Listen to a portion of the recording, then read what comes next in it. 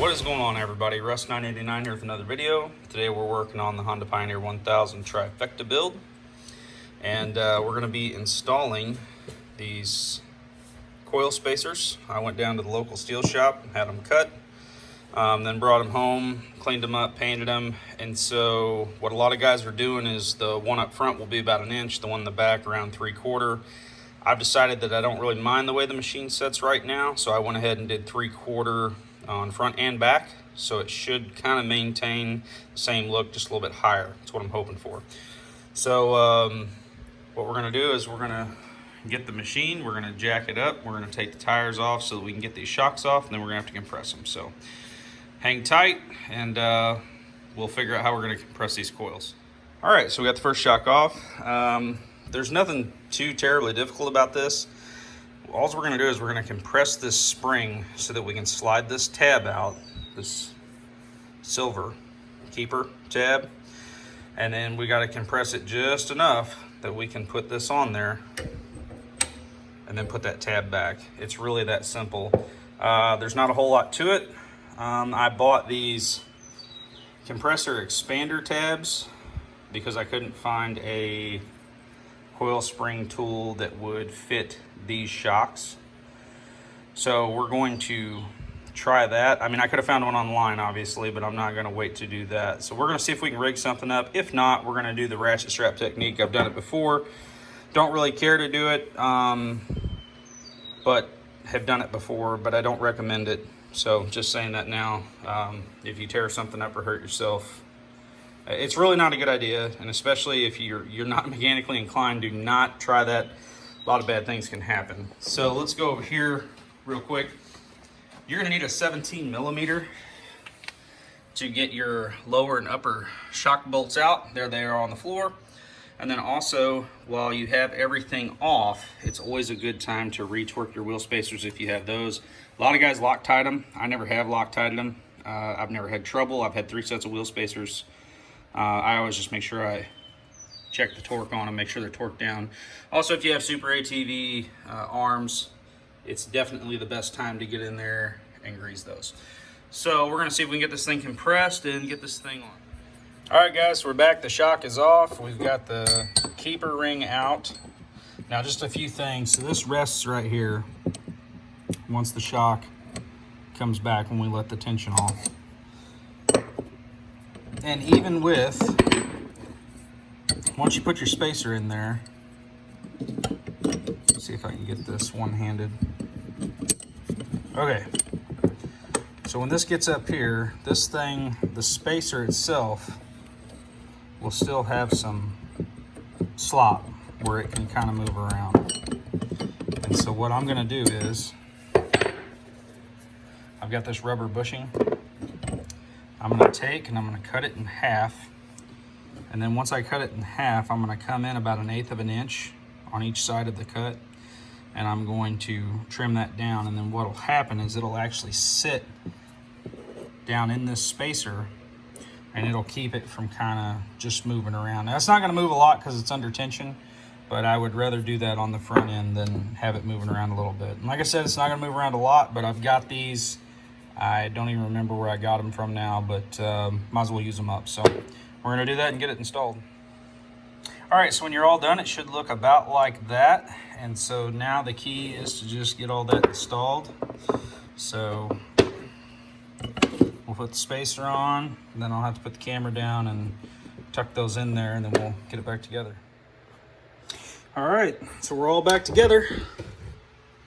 ready to install. When you put them in, your top and your bottom shock mounts are going to be torqued at 47 pounds, and then your wheel lugs are going to be 80 pounds if you have the aluminum wheels. And if you have the steel, I think it might be a shade higher if you don't have a deluxe and you've got a base model. So anyway, we're going to get this put back in.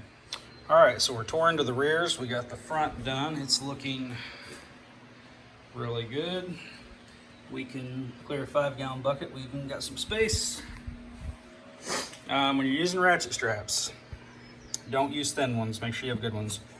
Now, if you have the ones that have the loops where you can loop back to itself, it makes it a little bit easier. But if you don't, what I prefer to do is run a bolt through the bottom of the shock housing, a sturdy bolt, and then you can bring everything back around to it.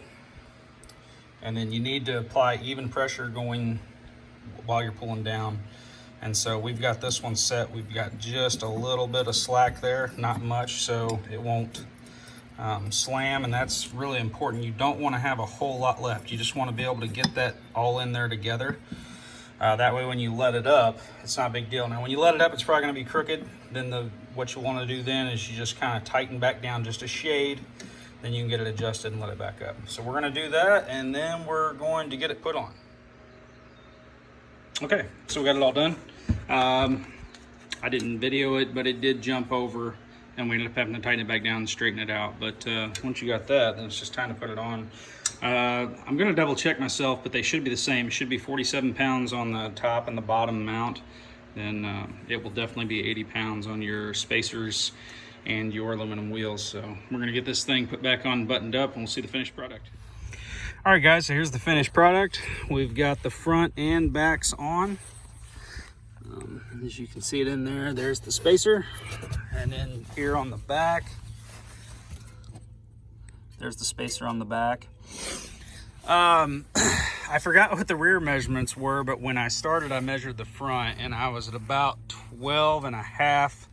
Right now, it's measuring about 14.5/8, 14.75 in the front, and then to the flat part of the skid plate, and then back here it's measuring 13.5/8, I think. For some reason the front sits just a little bit higher, but the coils are the same. They're both cut to 3/4, so but I gained some pretty good ground clearance out of it. I can clear a 5-gallon bucket in the front now. So it definitely improves the way it sits. And then also when you've got 30-inch tires, it definitely helps with that as well. Because before, what I was having, before I lifted it, when the suspension would get kind of loaded up, you know, those tires would get back into here and rub. And I don't know if they were catching this trail arm or skid plate or what, but I don't have my steering stops in either.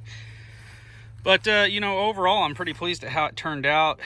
You're probably looking at a, you know, if you're fairly mechanically inclined, you can have it done in a couple hours, honestly, if you know what you need. But just a recap on everything, you'll need a 17 millimeter, couple wrenches or wrench and a ratchet for your upper and lower shock bolts.